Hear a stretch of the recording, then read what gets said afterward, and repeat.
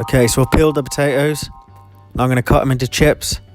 Now it doesn't matter too much about the length because obviously some potatoes are going to be bigger than others, but you want to cut them all roughly the same width so they cook evenly in the fryer.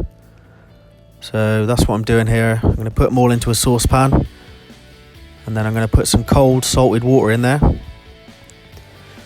and turn the heat up. Okay, it's important that you start them off from cold water. That'll give you a nice fluffy inside of your chip. And what I'm going to do is bring it to the boil, leave them for 2 or 3 minutes, and then drain them off. Okay, so that's cook 1 done. So we drained them off in a colander, and then I've just left them on some kitchen paper to dry out. And while they're drying out, you're going to set your fryer to 140 degrees. Okay, so we'll let that heat up, and then we'll get the second cook undergo.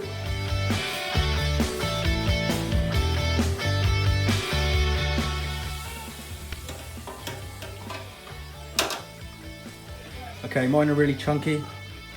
They've been in the cold oil, well the low oil, for 13 minutes they've been in. You can see now if I just squeeze it, you can feel it's a little bit soft in the middle.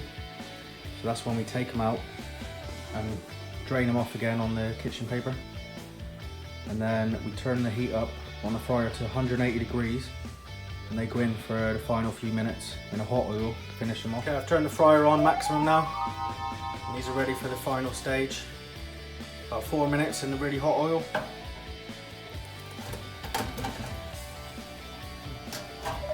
There we go guys, proper chips.